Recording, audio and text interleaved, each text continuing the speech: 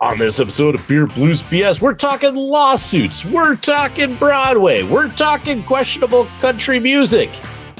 Yeah, we got all sorts of fun things on this week's show, and we got a great crew here to talk to you. That's right, Doc's here, the local geeks here. JS is somewhere, on the road. We'll find out where exactly, but boy, get ready for some laughs, some jokes. Oh, Kyle's here too. Why did I forget Kyle? My memory isn't what my memory used to be. But hey, we're all going to have a good time because you're here. And when you're here, you're in a good place. Welcome to the show. It's Howard Blues and V. Mark Kidder. Pour a cold beverage, pull up a seat, enjoy time with friends. The Triple B! Well, the Triple B sucks.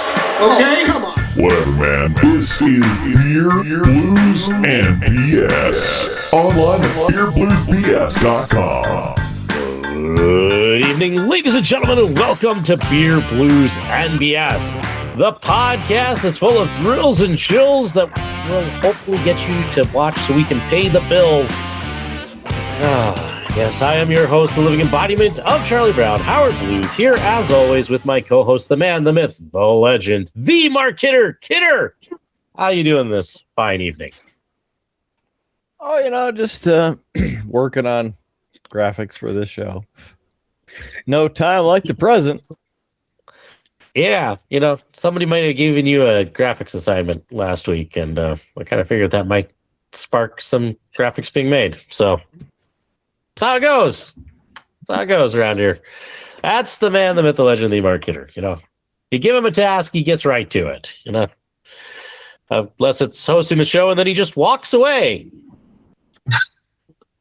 But I think that's because he knows that our first segment, as is most episodes, is What's on Tap, a fan favorite. And hey, it's also when we introduce who's joining us on this wild ride of a podcast. And, I don't know. Let's just start. Well, actually, let's start with somebody I know is probably not having something alcoholic and fun because he's on the road again. And that's the Triple B Armorer one, JS Gunslinger. JS, how you doing? Where in the world are you? And what you drinking?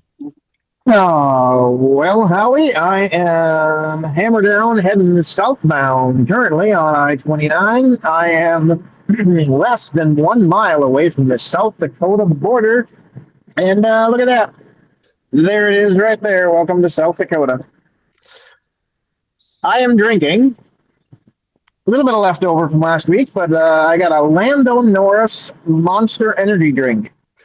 And 145 grams, ounces, milligrams, whatever gram we want to put into that of caffeine accelerated goodness. Figured out last time it's some kind of a melon flavor. I think it's probably one of the better monsters that they have ever done. I'm kind of sad we're not doing this tomorrow night.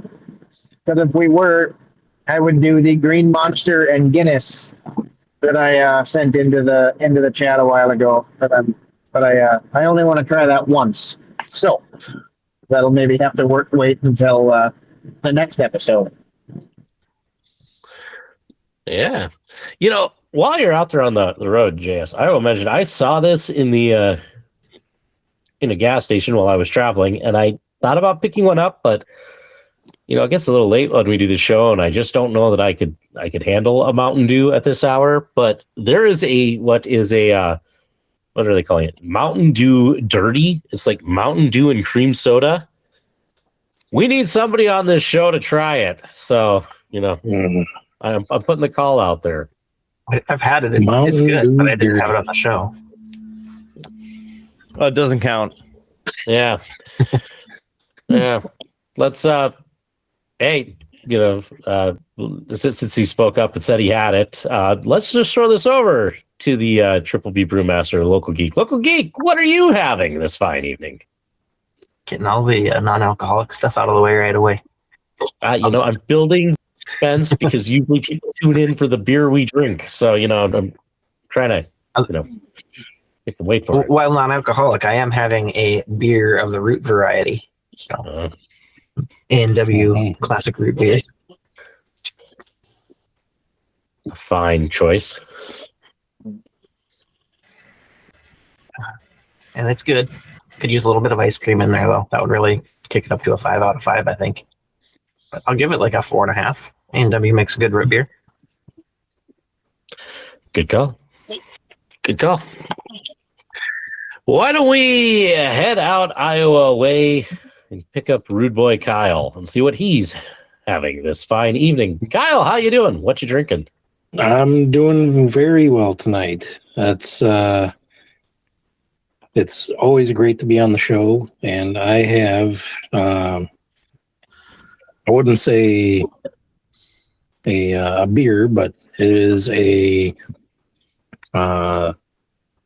Tito's vodka and sparkling white grape juice.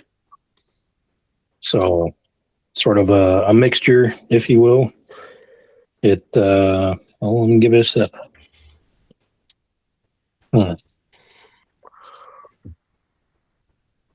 I did put it through I didn't shake it out, but I poured it into one glass and into the other just to get the vodka mixed in. Not bad. It's the first time trying it, and I was like, well, I have to come up with something. And I'm short on beers that I've not tried yet on the show, so it's very light, and the Tito's actually brings the heaviness into the sparkling grape juice side. So I'm gonna give that a 3.7 because it's definitely delicious this time of night, and it's kind of ushers in the spring weather that we've been having. Sometimes you start the day at 70 degrees, and then you end up in the low 50s like today. So it's got the best of both worlds. Nice.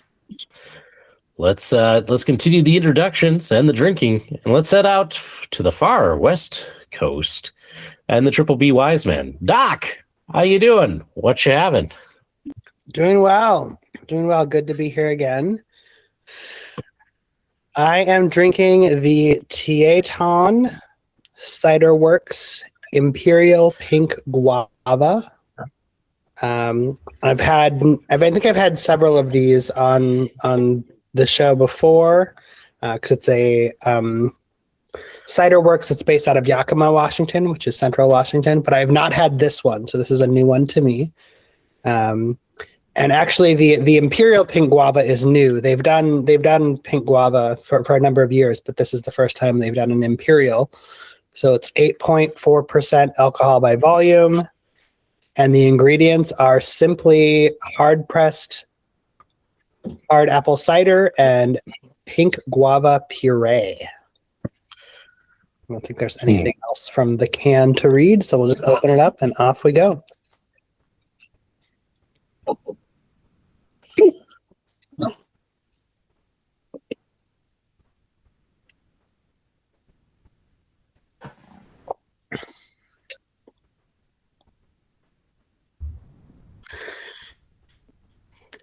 So, unfortunately, I don't feel like there's enough guava in it. Like I get a hint of it, but I think it's there's not enough of it. So the apple, like particularly like the sourness of the apple cider, like is still really there. So it's not very sweet. And the result is that I don't really taste the apple or the guava. And for me, a lot of times when it's going to be like a fruit flavored apple cider, like I really want the fruit to come through. Like that's the whole reason. Otherwise, I would just drink like a straight cider. So I know the guava's there. I can feel the hint of it, but it's not enough to overcome the sourness of the apple. And so I'm actually a little bit disappointed. Probably give it like a 1.5. Its only redeeming quality is that even though it's an Imperial 8.4%, I don't really taste like the alcohol. Like the alcohol isn't overpowering, but the actual flavor itself is nothing to be excited about. Sad. I was looking forward to it. I've liked a lot of their other stuff, so I was hoping this was actually going to be really good. So I'm a little disappointed. So. Sorry. And unfortunately, it's a 19.2 ounce can, so I've got a little bit of work to finish it out. Because, like Howard, I'm not going to dump it out, even though I'm not a big fan of it. Way to stick to it there, Doc. And let's head over to Kidder. Kidder, what you having on this fine evening? Let's open up the old Triple B fridge and see what we got over here. Probably better go to this first because it's old. It's a Cayman Jack Margarita. Does this actually have an expiration on it? I mean, it has an 04, so if this says 04, man, this thing's expired on it. It's not that old. Oh, it's not 2004? No? No. No? No. Okay. That's a start. Although I don't trust you after 2 weeks ago. It also says it's a twist off. Okay, there it goes. I mean, I've had these before. They're very sugary and delicious. So, Cayman Jack Margarita, made with lime juice and agave nectar. It is ready to drink. It contains alcohol, and this is 11.2 fluid ounces with 5.8% alcohol by volume. Cheers to everybody, and let's go margarita.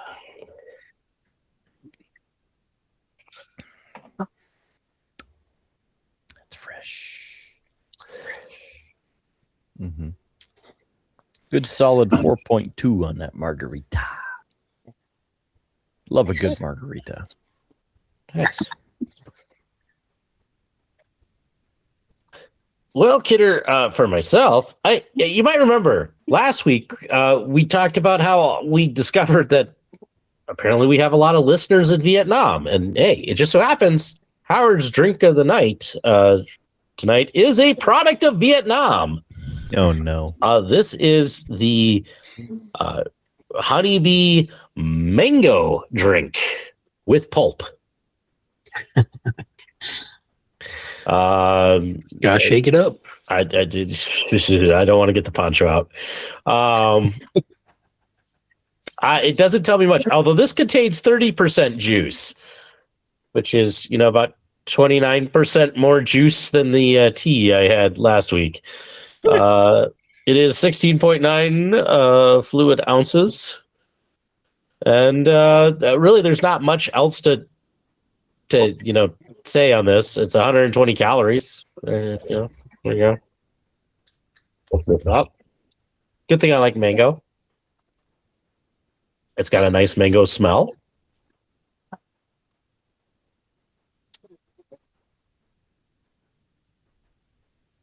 Actually, that's really pretty good.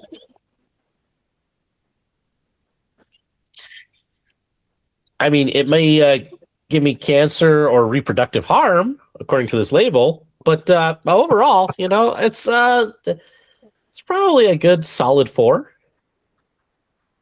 But isn't the cancer reproductive harm only if you're in California? I was not trying to throw our California listeners under the bus, JS. Well, it's not them. It's just. My bad. I mean, with 30% juice, the flavor's got to be there. Yeah, the flavor is great, and it doesn't taste like it's overly sugary, which is kind of nice because a lot of times you get juice sort of drinks like this, and it's very sugar heavy. I mean, there's still some in it, but it's not bad. I'm going to enjoy drinking this throughout the evening, so I give that a good solid 4 as we close out. What's on tap? Round 1. I like that one. It's really good. It is. I'm going to enjoy it. I mean, I'm sure graphic design Kidder was probably bothered by the can because here's all of this real mango, and then there's this one clip art, cartoon mango. What in the freshman year of college is going on there? Yeah. Yeah. So I can't even. Just pointing it out. But yeah, Why'd you do that? Because it's the kind of thing we do here on the Triple B. Yeah. So. It's been a week, gentlemen. It has been a week. To say, how's everybody doing? Anybody got topics? Because yeah, NHL playoffs are here. woohoo! That's good. I plan on watching every Colorado Avalanche game. No, you sure as hell won't. Son of a.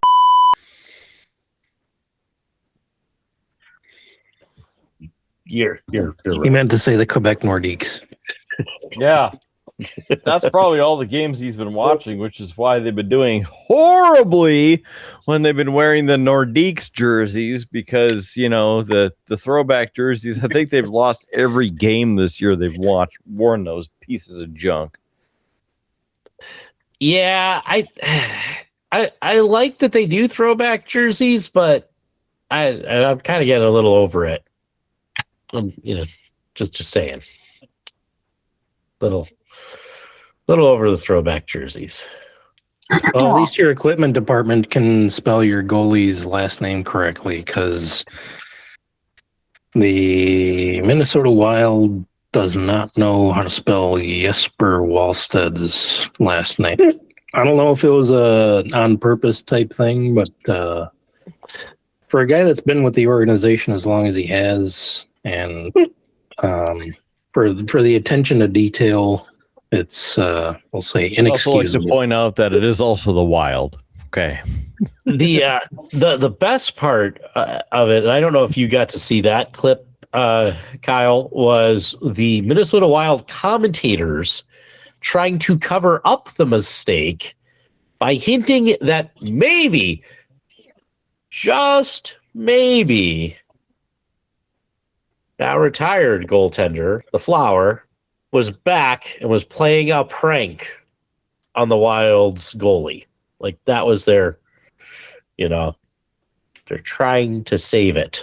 So, well, maybe it's a prank. You got any theories? My only theory is if we scan the crowd, we might see a Marc-Andre Fleury somewhere in a mustache and mask. That's actually not a bad theory. there might be a Flower somewhere running around Grand Casino Arena. I mean, anything can happen, but I don't know. That's I guess only the team and the equipment guy that is in charge of sewing nameplates on the jerseys, and it's usually a specialized job that those guys have. So it's, gosh. That hiccups tonight. Yeah, I do have the hiccups. That says sparkling grape juice. I don't know. I'm speechless. It's inexcusable in my world. I tend to agree with you. It is a shame that they messed that up. I only brought that up because I thought it was laughably sad by the commentators to trying to maybe it's a prank. I don't know. Just you're supposedly a professional organization. Well, bet you feel good if you're that goalie. As a goalie myself, you're gonna pull the pranks on the ice, and you let your pranks on the ice speak for your performance overall in terms of the troll hood and the prank hood. So if you're going to do something behind the scenes, and you're going to maybe give the Jersey guy a few $100 to misspell a goalie's name, so be it. But that's not up Marc-Andre Fleury's trick of sleeves, I would say. Yeah, his strengths tend to be a whole lot better than that, and he tends to do it off the ice. He's all, Well, it's a little more genuine than that. Yeah. I'm just saying, like, I don't think that he hasn't really done the stuff like that to teammates on the ice. Other team, he hasn't got their name wrong, but I do remember the time that he handed over an opposing player's stick to a fan. Yeah, that was a classic. And you just hand it right through the photographer's little shooting window, and it's he's one of my favorites. Yeah. So it'll be good. When do the playoffs kick off? It's Today, Saturday. all right. Avalanche play the Los Angeles Kings Sunday, which being WrestleMania weekend. Crazy. You're gonna need all the monitors going down there. Yeah, that's right. It's also WrestleMania, isn't it? Well, I mean, last week officially because I was wearing the shirt last week, but Kidder, I don't pay attention to what you're wearing week to week. Listen, I don't know. Attention to detail. I have enough things to try and focus on. I can't. Like staying awake. Staying awake. Trying to remember who else needs a drink. Fleury, all of those things. Howard just edits Nickelback over all of them anyway. So. Yeah. I mean, look at this photograph. Look at this photograph. Every time I do, it makes me laugh. I know what you were getting at. I forgot the rest of the words. Mark truly is a leader of men. Yeah. I've been watching this because it keeps coming across my feed. This I don't know if you'd call it an interview show. It's kind of a game show. It's called Track Star. It's a guy, he interviews a lot of musicians and other kind of celebrity people. And he plays them songs and they have to name the artist. And it's, the first one, he gives them $5 and then it's double or nothing all the way up. And usually when it's a celebrity, that money gets donated to somebody. And I was like, it got me like, I wonder how far Kidder could go with this, because usually they'll pick a theme or a genre. So like Kidder could do like, metal, and they would do a bunch of metal. So I don't know. Kidder seems like he'd be very good with song identification. He's being modest and doing a little hand wave thing for the audio listeners who could not feel that through the their headphones. My wife would also be pretty good at that if she could pick like 80s hair bands or something like that. I am not good at that. Although, I have to say, I question whether people truly understand what genre is anymore. Because last week when I was in LA, I saw an ad for what was billed as California's Country Music Festival. Yeah. And people who were headlining it were Oasis, Bush, Journey, Ludacris, Pitbull. And by no stretch of my imagination can I put any of those people into country. Now, I did see they had Hootie and the Blowfish on there. I would Are not they all from the country of I would not build California? them as country, but I did see Darius Rucker as a solo performer at the Grand Ole Opry, and I know that's the direction he's gone. So I'm willing to accept that as a direction he's gone creatively. But Ludacris and Pitbull, no. And I don't think either of those two have done like a crossover with a country artist either. I know some rappers have, but I don't think either of those two have. No, and they were actually the last night headliners were Diplo, Pitbull, and Ludacris. And I know Diplo has done some stuff, but I was like, Ludacris and Pitbull, no. But that's the only way you're going to get people to go to a country music. God. Especially in California. Yeah. I rest my case. Not that I want to pick on our California listeners, but I'm debating on whether or not they know what country music is in that portion of the U.S. Oh yeah. Oh, the other one that got me was Third Eye Blind. I was like, what country? What? No. Yeah. No. The Wallflowers was also on their list. The Wallflowers? No. You're just asking how's it going to be when you're gone. No, I can see the Wallflowers and I can see Journey. The rest of them, not really. No, I mean, they're really not though. Like they're not country. Like they're maybe They're just scamming influencers to go take their weekend off to go listen to some music. Now, Are you talking about Ludacris or are you talking about Third Eye Blind? Well, if they can play the guitar like Riot and then just go bwee bwee bwee bwee bwee bwee bwee bwee. I mean, I'm sorry. That doesn't qualify as a riot to me. But I guess for maybe some people that are brand new to it, maybe it is. So, hey, how's it gonna be?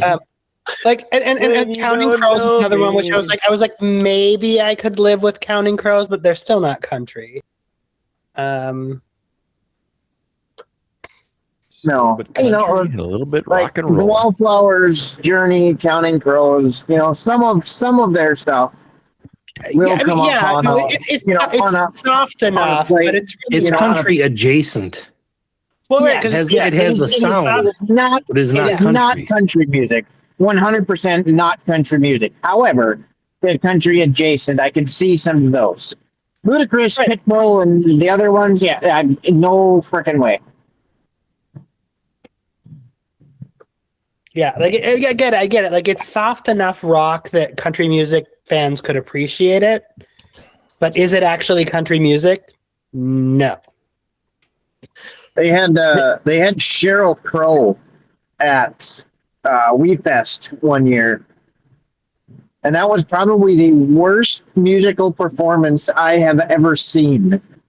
I don't know if she was just having an off night, if the sound was off or what, but it sounded like a dying cat up on stage. It was horrible. Clearly, you weren't going to soak up the sun. Yeah, my daughter's second grade music program sounded better than that.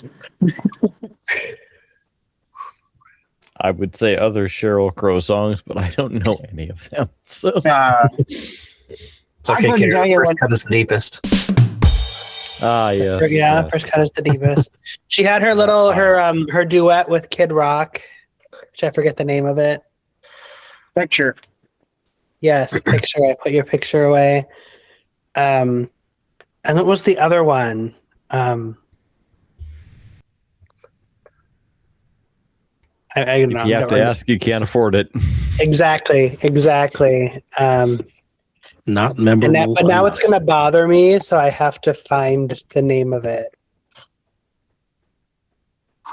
Because I can hear the chorus.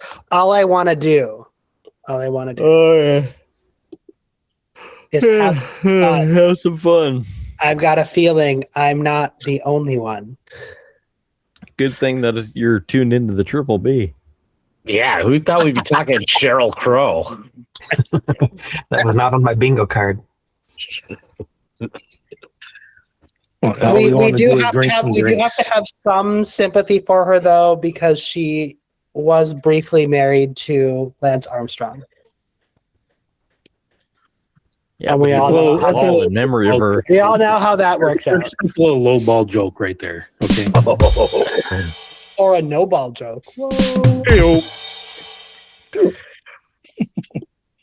I like how you guys are just Howard's both like, juicing this for is- laughs. Easy. You're gonna have to take another lap with that joke. Yeah, listen, it's not my best work by any means, you know. I know you're just cycling through things at this point. Yeah, you know, I'm just You're a little tired. There's no performance enhancing anything going on in the show. Howard is off the chain. Howard's on enough drugs that he can't keep up with this mentally. You know, Well, it's a good clearly thing that you're- not on the good thing same that you're drugs in a that seat. Lance was on. You know. You wait till I get to the next Asian market. It's gonna be all the grass jelly for you. What did I do to you? Oh, okay. APA Appreciation Month. That's what you did to me. He clearly hasn't watched the 5-year anniversary. So there were some things. Doc was starting to say something. No, you're good. You're good.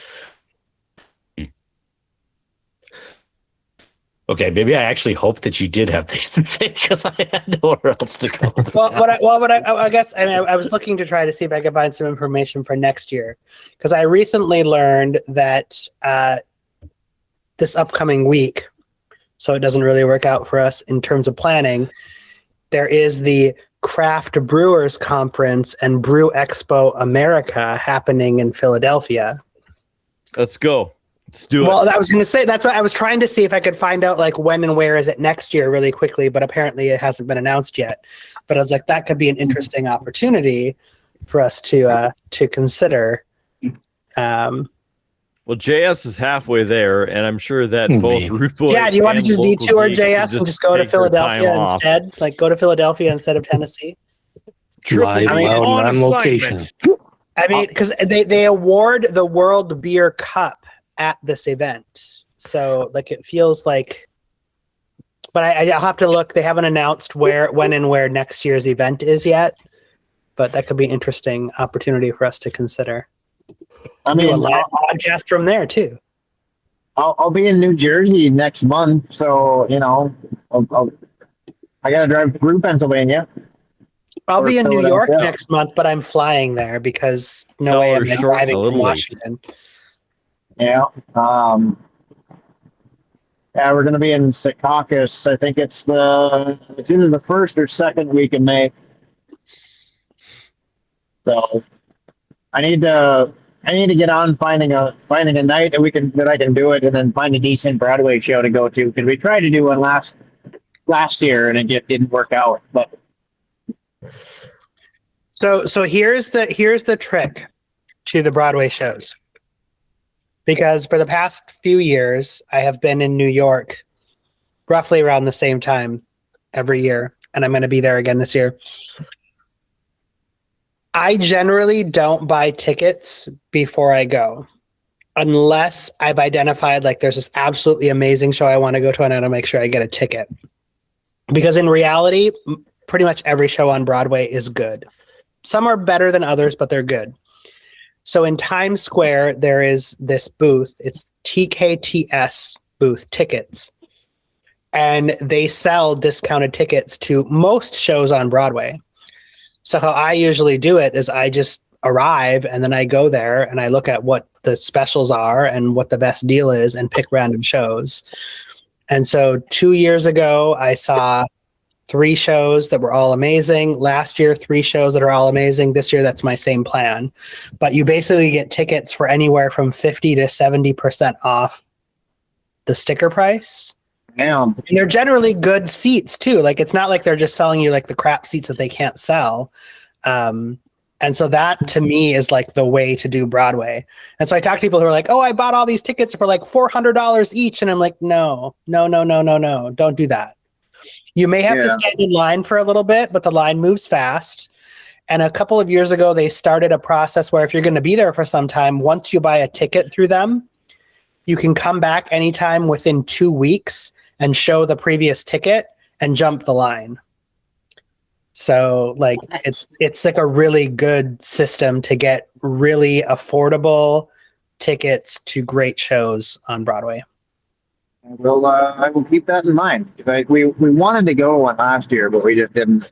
We just ended up going. We just ended up going walking around Times Square for a couple hours, and yeah, no, it was cool, you know, because we had the dogs all done up in the creative theme and whatnot. So it was, you know, photo central for us. So we couldn't go 2 feet without people stopping us to take photos of the dogs and whatnot. Yeah.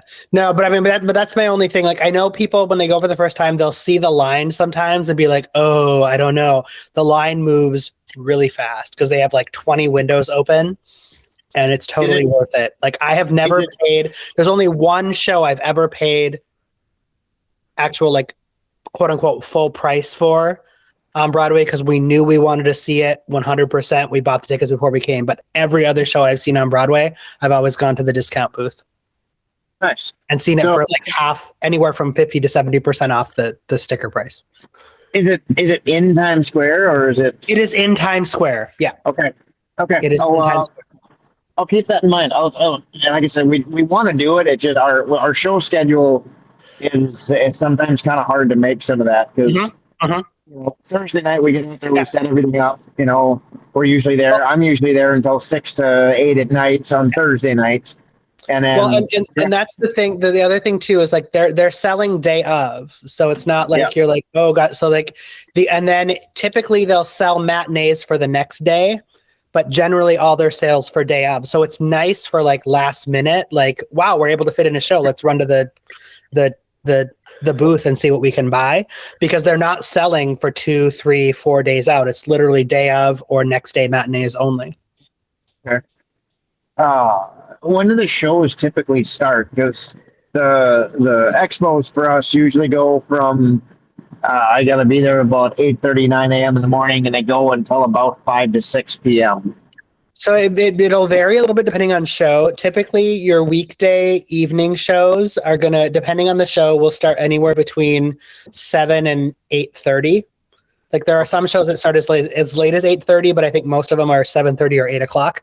Okay. And then your matinees are going to be anywhere between like noon and 3. Okay.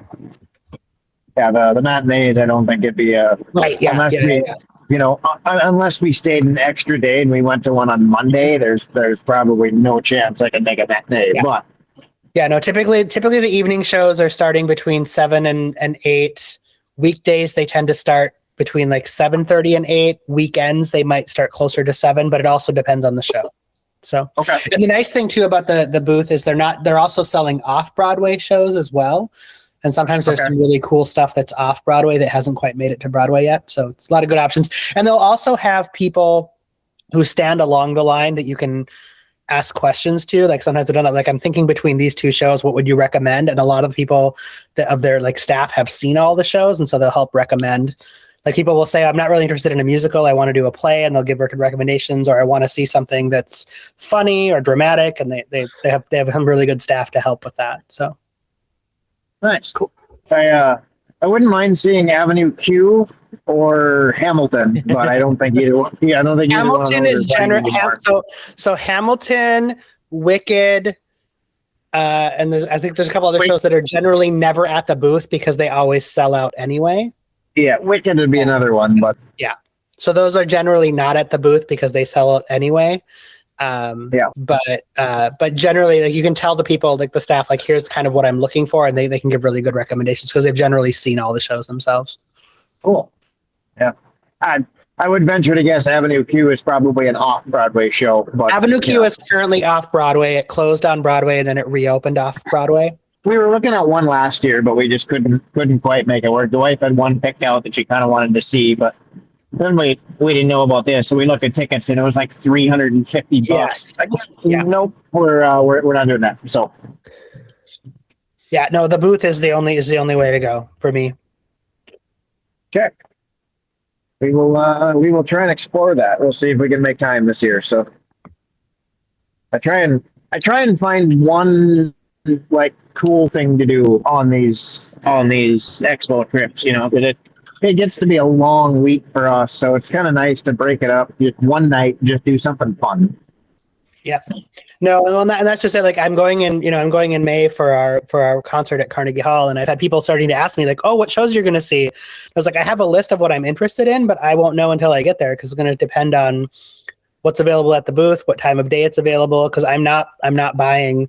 Like last year when I was there, just out of curiosity, I checked because Denzel Washington and Jake Gyllenhaal were performing Othello. And it was not at the booth, but I was like, just curiosity, what would it be? The cheapest ticket was $800. And I was like, I don't care who's in it. I'm not paying $800 for Shakespeare. I'm just not. No.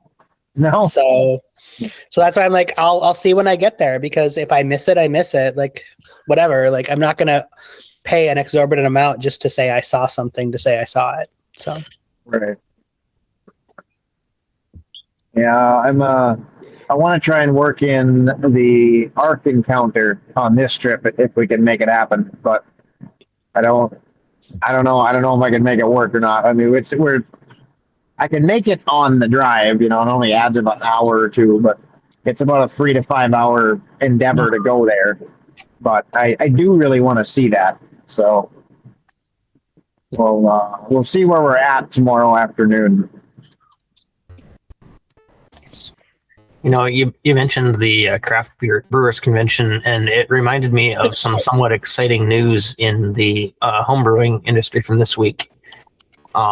There's been some litigation going through, and the American Hobby Distillers Association just had a court of appeals rule in their favor that the ban on home distillation is unconstitutional. So there is the potential that home distillation could become legal soon.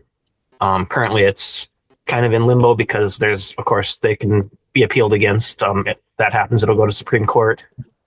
But the way it stands currently, if everything holds, in order to be able to home distill, you do need to still get a tax stamp. So they'll tax whatever you produce. You have to have a business. But the big thing with how the litigation went through is previously your business had to be a business selling your spirits. Now it can be a business of like your garage or things like that where you're not actually selling, you're just producing. So that was kind of the big thing there. And then, of course, there's your state laws that are still potentially banning it. North Dakota, I think I mentioned before, has a law in the books saying that you can distill up to the federally legal amount. So North Dakota, we'd be covered. And then you also have to be a member of the Hobby Distillers Association, since they're the plaintiff in the lawsuit currently. So, but that's easy to join if you decide you want to do it. I mean, the potential positive outlook there is that, for better or worse, in various contexts, the current composition of the Supreme Court seems very biased toward individual freedom. So I would think that would potentially bias them toward ruling in favor of this idea. So yeah, and I mean, a lot of the reasons behind it that they're saying that it shouldn't be done home distilling is that it would people would make their own instead of going out and purchasing it. And obviously we know that's not true because people still go out and buy frozen pizzas when they can make one at home or whatever. Well, right. And again, at the same time, if their philosophy is more toward individual freedom, they'd be like, well, why is that a bad thing? Mm-hmm. Why shouldn't people be allowed to do it on their own? Why should they have to rely on other people to produce it for them? So, right. So it's exciting. I'm not a big spirit drinker, but, if everything goes through, I probably will try my hand at making something just to say I've done it, because the process interests me and I'd like to try it out and see kind of how everything goes. I mean, there's a real easy argument to that. You can brew beer at home, and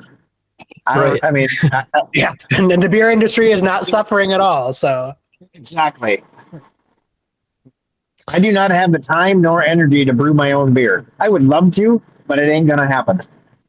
You can come over sometime when I do it and help JS. Okay, I can probably make that work. On my way to choir every week, I actually pass a store that specifically sells stuff for home brewing and home distilling. Nice. But I never have time to hop off the bus at that point and like pop in and see what they sell. But every time I pass it, I'm like, oh, it's literally right here. Like if I ever felt like I wanted to, like I'd totally go in and get stuff. But I guess I never thought of it as being like that easy to get into it. And then I literally passed this store that they're like home brewing and distilling. We sell all the supplies. And I'm like, wow, okay, all right. Who knew? Yeah, we used to have a place here in Bismarck that sort of did that. They were a winery. It was called Vintners, but they sold home brewing stuff kind of in like the corner of their business too. So you could pick up most of the things you would need or some brewing kits or whatever, but mostly I bought yeast from them. Is Vintners still a thing, or did they disappear? They closed a year or two ago. Oh, okay. Yeah, I think there's a trading card shop in their space that they had at Gateway Mall. They moved down by Sam's Club after they got out of Gateway Mall. So Yeah, shows how I remember they were down by Sam's Club here, but I never actually made it in there. I had a couple bottles in their stuff that I picked up at some of the trade shows, but I didn't know if they still had the winery or if they just closed out the store.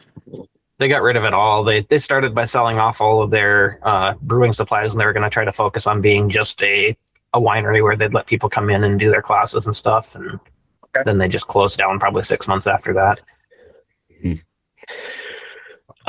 Speaking of lawsuits, there was some big news this week because I don't know if you guys heard about this, but there was a jury that actually found that Live Nation and Ticketmaster acted as monopolies and were overcharging ticket buyers.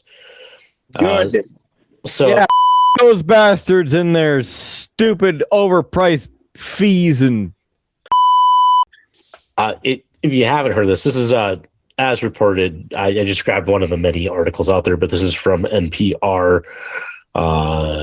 Isabel Gomez Sarmiento reporting, just to give full credit to where everybody is from. On Wednesday, a federal jury in Manhattan found that Live Nation and its subsidiary Ticketmaster operated as a monopoly that harmed consumers and overcharged ticket buyers. The decision came after 4 days of deliberations. The decision is a victory for 33 states and the District of Columbia, which accused Live Nation of unfairly controlling too many aspects of the live entertainment industry at the expense of venues, artists, and fans after the company settled an earlier antitrust suit with the U.S. Department of Justice. The verdict has the potential to reshape the live music industry in the United States. New York was among the states that participated in the lawsuit. Following the verdict, New York Attorney General Letitia James issued a statement. For far too long, Live Nation and Ticketmaster have taken advantage of fans and artists by raising prices for tickets and stifling any competition that threatened their power. The statement reads, a jury found that we have long known to be true. Live Nation and Ticketmaster are breaking the law and costing consumers millions of dollars in the process. In a statement issued after the verdict on Wednesday, Live Nation pointed to several outstanding motions still left for a judge to decide, including the potential dismissal of expert testimony cited by the jury in its verdict. The jury's verdict is not the last word on the matter. Pending motions will determine whether the liability and damages rulings stand. The statement reads, of course, Live Nation can and will appeal any unfavorable rulings on these motions. And it goes on from there, but that at least gives you the gist of it. So, yeah. I hope they lose. I hate those guys. I think everybody hates those guys. Mm-hmm. You know? Yeah. I'm sorry, you know, like the fact that, hey, for the online convenience of purchasing my ticket, you're going to charge me all these extra fees for it. And if I don't want to buy your online ticket and I go to the venue booth to buy a ticket, it's still through Ticketmaster and there's still all these fees. Yeah, that's the thing that got me is, yeah, I can understand if maybe you went to Ticketmaster's website to buy the thing convenience fee. They have the stuff. I get it. But when you go to the box office directly and it's still the same damn thing, that's what pissed me off. I feel the same way about car dealerships that just decide to add their $10,000 markup fee because we have the car. Okay, well, bite me. That's right. They're sticking it to the man. Stay tuned to the Triple B for all of your updates. Gents, I know we're running towards the end of the show. It's late. Everybody's trying to keep that energy going. Unless anybody's got a super great topic that you're dying to chat about, I got more police blotter things from good old Flathead Beacon. There we go. We can go for some more blotters. And a new segment that I think Kidder gave us the title of Blues Blotter. Or Blotter Blues, or Howard's memory isn't what it used to be. For true crime stories of the Flathead Valley, it's Blues Blotter. This is from the week of March 28th. Wednesday, March 24th. 5:34 p.m. A caller who was not good at directions was concerned about an open manhole on the road in front of the mall. Nice. Yeah. Thursday, March 25th, 12:04 a.m. A driver who was pulled over for neglecting to use her turn signal argued that she used her arms as signals, which were not visible because it was nighttime. Well, technically illegal. And I learned those. Saturday, March 28th, 8:33 a.m. A resident was certain there was a drug deal going on next door. You were certain. Got to watch out for those 8:33 in the morning drug deals. 11:02 a.m. A woman who was helping retrieve some dogs while their master was incarcerated wanted law enforcement to know she was not an accessory to the crime.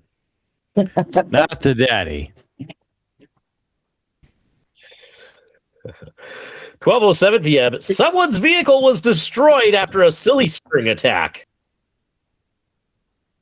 Must have been some potent silly string. Well, here's the thing, and this, what I will say, is poorly written because someone's vehicle was destroyed after a silly string attack.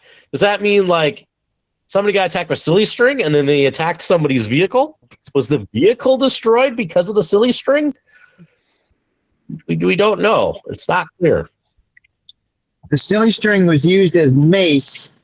The guy driving couldn't see, drove off a bridge and then destroyed his vehicle.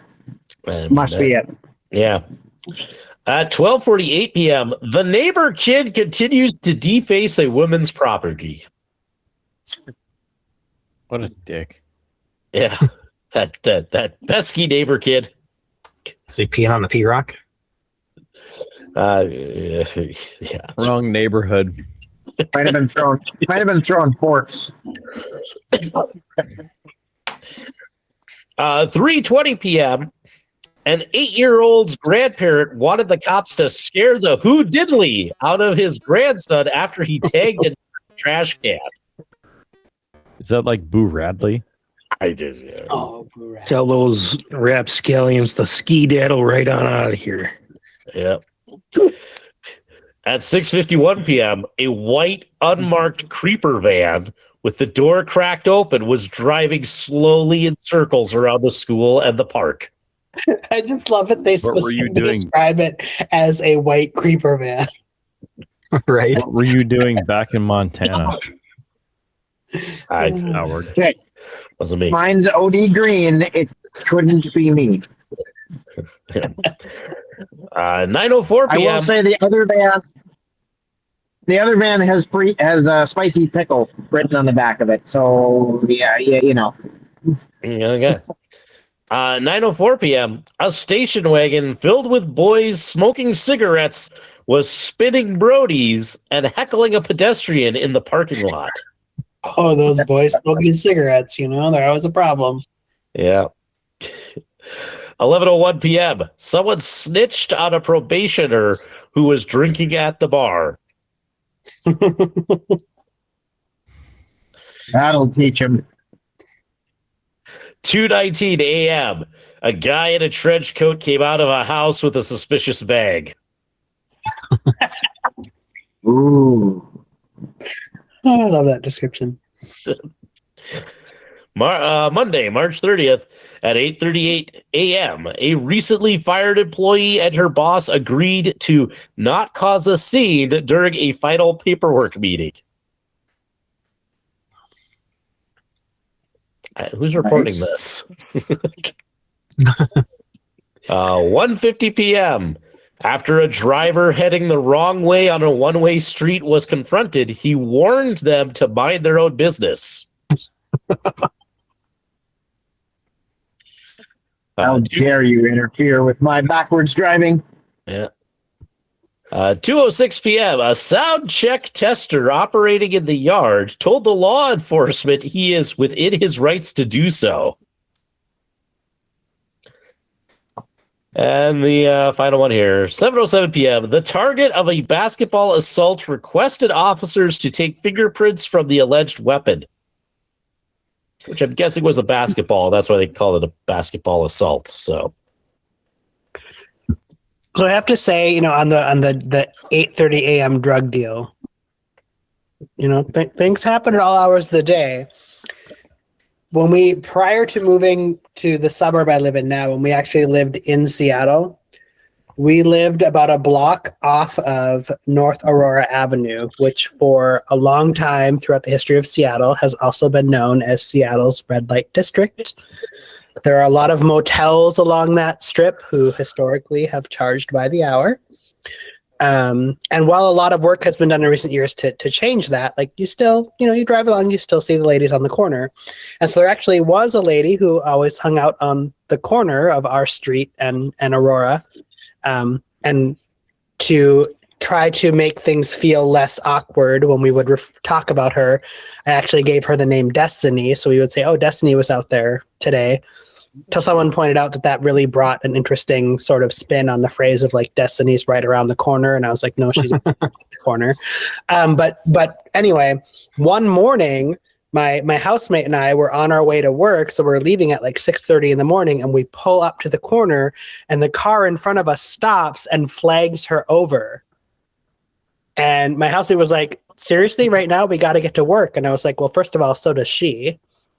And second of all, I was like, this is actually really interesting because if you think about it, like most of the time when people suspect their spouse is cheating, it's like, oh, because they're always working late.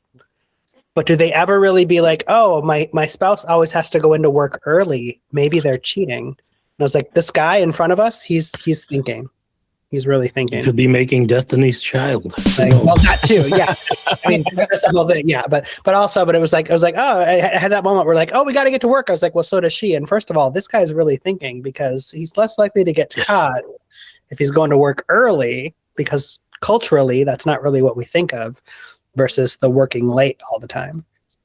So I was like, kudos to both of them. Kudos to both of them. She's out there at 6:30 in the morning looking for Johns, and he's out there at 6:30 in the morning looking for whatever he needs. So Destiny.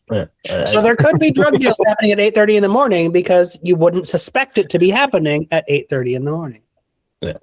I was going to say, dang it, Kyle. Since the moment that he said Destiny, I was trying to make a Destiny's Child joke, and you beat me to it, damn it. I had to sneak one in there somehow. So. It was weird because we actually ended up getting oddly invested in her. Like, we would be like, oh, we haven't seen her in a while. Is she okay? Like, did something happen to her? Like, it was this kind of like weird thing. Like, she became this like sort of fixture.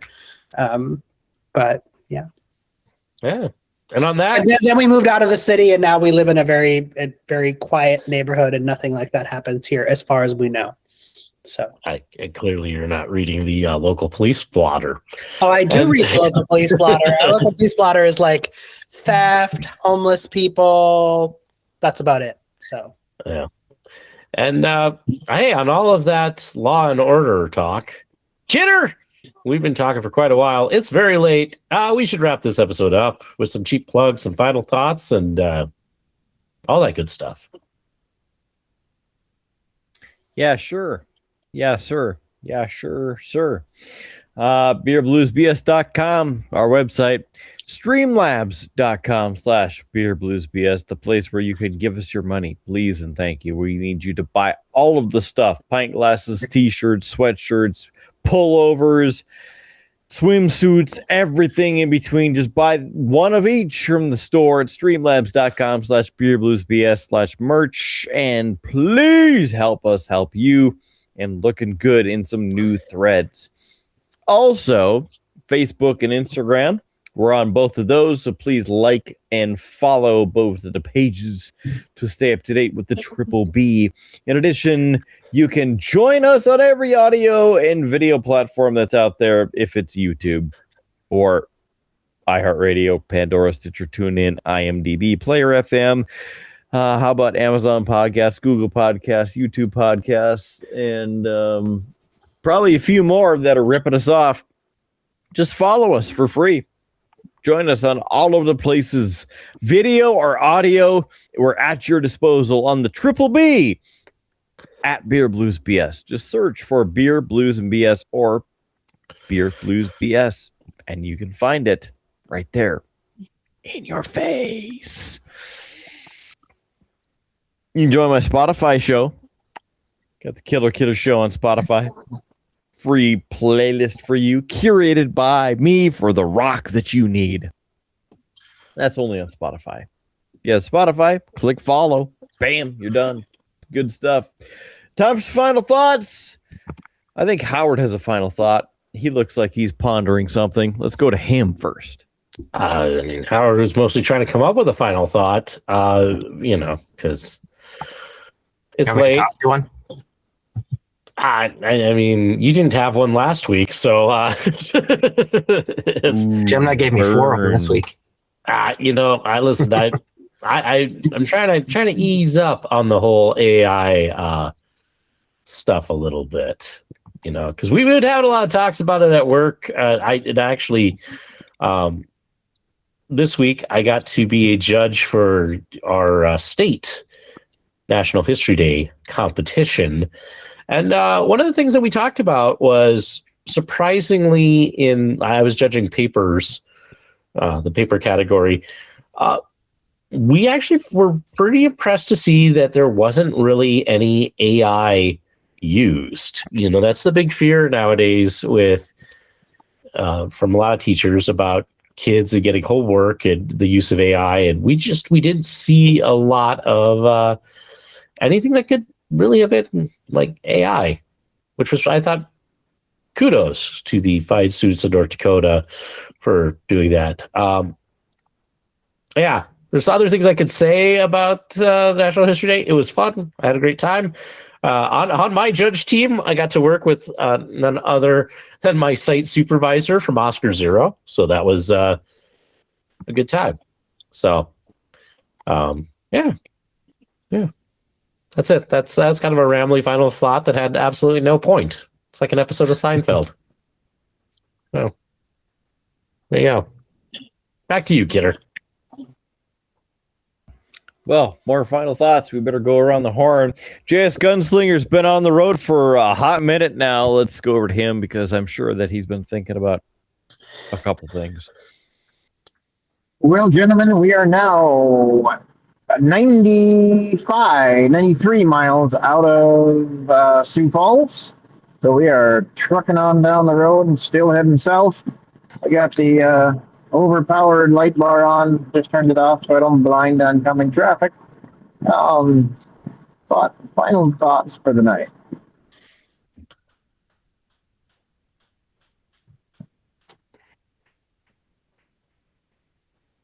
I don't know, I had something and it just vanished. Yeah. Keep it between the lines, keep dumping the caffeine, and we'll see you next week. And don't speed in South Dakota. The fines there are ridiculous.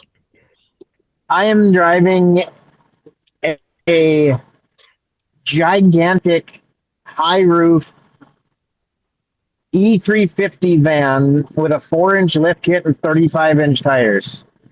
I'm lucky if I hit 75. Oh, I didn't say you were speeding. I was just, hey, adding on to your final thought for any of our listeners, don't speed in South Dakota, you know. Yeah, you're not wrong. You're not wrong. Yeah.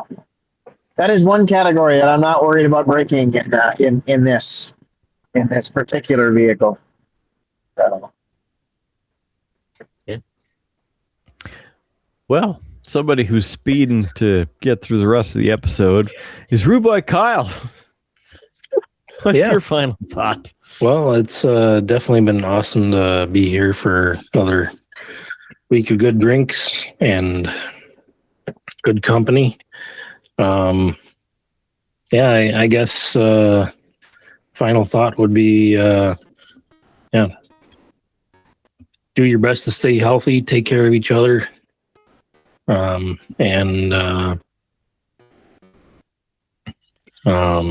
let's say, well, be kind to each other, because it's we're getting on to the part of the year where the pace of life's coming up, and we want to enjoy all the times we can have with everybody. And so if somebody needs to lift me up, ask them how they're doing, and do your best to try and be there for one another. So, yeah. Appreciate all you guys being here, and it's great to see you guys again, and been awesome recording, even though my hiccup fueled drink is kind of curtailed my contributions. I've been able to get in a quick Destiny's Child reference here or there, but just rub it in. Well, how you just sling it out there then? Why don't you? I want to hear it. You can just edit it in post. I didn't have it quite figured out yet. I was working on it. Shout out to Howie and his potential for 90s pop jokes, and Curtis for thoroughly explaining his experiences in the city of Seattle, and to Destiny for her hard work on the job. So, Ellie, can you handle this? Michelle, can you handle this? Beyonce, can you handle this? I don't think they can handle this. What? Go. Yeah. Oh, Destiny can definitely handle it. Whoa. That's quite a final thought. I don't know if we need to go to Doc for more thoughts, or just continue right along the local. I do have one, because I have to say, I gave Stagecoach California's Country Music Festival a bit of a hard time earlier about their very strange, odd, to me, categorization of certain artists as country music. And I do think that's weird from a marketing perspective. But I have to say, at the same time, I do sort of feel this, that there is this idea of like, do we really need to have to fit into arbitrary categories, or should we just really do who we are, what we are, like, and just be with it, enjoy it, and do it? For example, they have no idea what they're doing. So, Curtis, you don't have to grease it over. It's just a Coachella for people. My only issue there is it's a country Coachella for people who can't afford Coachella. Well, yeah, okay. I mean, but from a marketing perspective, it seems weird. At the same time, I don't necessarily feel that we should have to be constrained into specific boxes about who we are, what we do. I mean, as long as you're not hurting anybody and it seems good, you do you, enjoy yourself, have a good time. Kind of like what we do here. We don't fit into any like particular box about what a podcast is supposed to be. We just do what we want to do, and we have a good time. And hopefully those who listen also have a good time. We get viewers And if you do, and listeners comment, from let us around the know. world. Yeah, and if you do, comment, let us know. If you don't, comment and let us know. Either way, comment and let us know. Mhm. That's what we got. Like and subscribe. Yeah. It goes a If you know long somebody who way hasn't to helping subscribed, get them this subscribed. podcast stay alive. I like that. Be great, except for nobody sees this. So thanks. Clearly, people in Vietnam do, okay? That's true. I don't know. At least they listen. They may not see. but they 2000.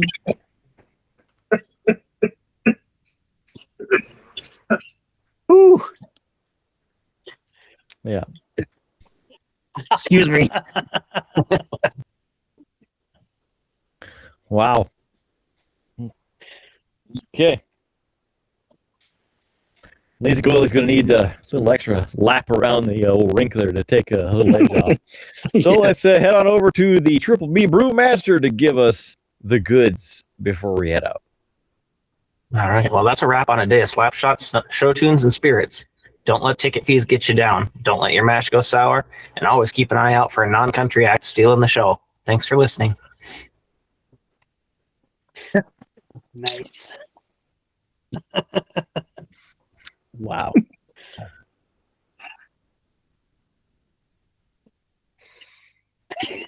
Howard? You started with me. Round 2, final thoughts. Yeah. Yeah. Time for bed. Final. If you had something actually interesting to, say. No, if this episode has taught you anything, I have nothing interesting to say. Great. Well, let's get the hell out of here because it's time to go. I'm still Mark Kidder. Thanks for being here for this and every episode of Beer, Blues, and BS for the local geek, the Triple B Brewmaster, for the Doc, who has all of the knowledge going out west, for the lazy Goldie himself, who's keeping his stick on the ice, and for JS Gunslinger, slamming on down into the inferior Dakota, and of course, Howard Blues, who is just saddened by nature. I'm still Mark Kidder, so thanks for being here for this and every episode of Beer, Blues, and BS. Remember to join us for this and every episode of the show, because please and thank you, and smash that sub button. Remember to keep your glass at least half full. There is free beer tomorrow, and we will catch you on down that depressing but also uplifting Tuscan Highway. Have a good one, and see you in the next episode of Beer, Blues, and BS. You have been listening to a UA production of Beer, Blues, and BS. If you enjoyed the show, help others find out about it by rating the show or leaving a review at your podcast listening service of choice. Thanks for listening, and may your glass never be empty.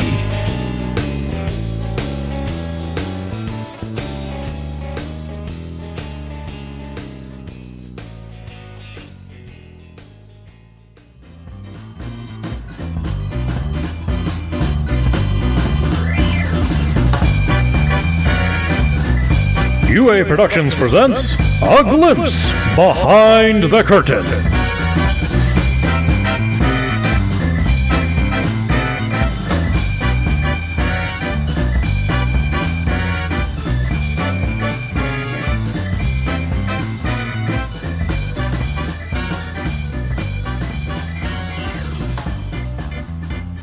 Hi everybody, Howard here. I'm at home doing a little kid sitting, and just, hey, due to the meds that I think everybody knows that I'm on, and why I can't drink, they make me really sleepy. And so I needed a little extra caffeine. So I talked about this on the show. I went out, I found it. That's right. Dirty Mountain Dew. Mountain Dew with cream soda. Let's give this a try. Huh. It smells like what you would think Mountain Dew and cream soda would taste like.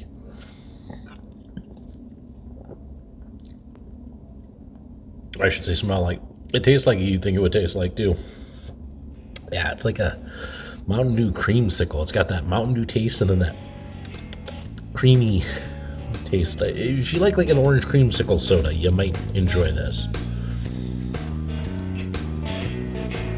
think I'm going to rate this a 2. I don't know that I would drink this on a regular basis, but it'll have enough caffeine to get me through the day. And so, with that, we're at the end of the show. We'll catch you next week where I probably will drink some things that are a little bit more interesting than this. And with that, good night, everybody.